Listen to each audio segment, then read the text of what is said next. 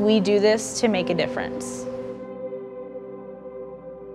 You get to see your end work. You get to go through the whole process of, having a sick animal, making it better, and putting it back into its natural environment.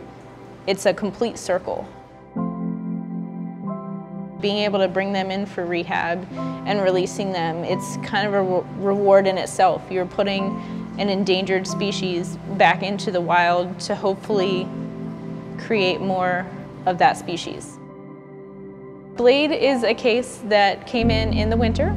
They develop kind of a cold stunning effect, and that's kind of like hypothermia in humans. They're really debilitated. They can't use their flippers to propel them through the water, so they kind of tumble in with the waves.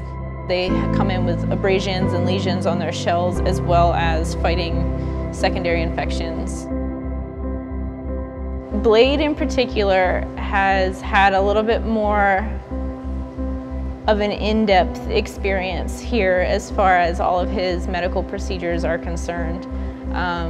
When he wasn't eating, we were taking him out at least twice a week to keep track of his weight.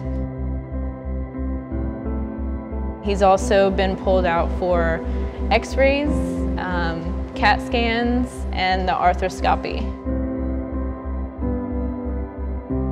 We also kind of incorporated a physical therapy routine with his front flippers to try and get some movement going on. I can equate it to something that you would do in humans. It's kind of the same thing with sea turtles, except you are just moving their front flippers to kind of stretch out the joint and the muscle. And now that he's eating on his own, he's swimming on his own a lot more, he's using those front flippers more frequently. He can dive and chase food. He can do all of these things right now. I think that we all have a pretty positive outlook that he'll do really well in the wild. You get attached, but you know that you can't get too attached. Being able to go through this whole process with one turtle that has kind of taken up more of your time because you're kind of helping him through this whole process.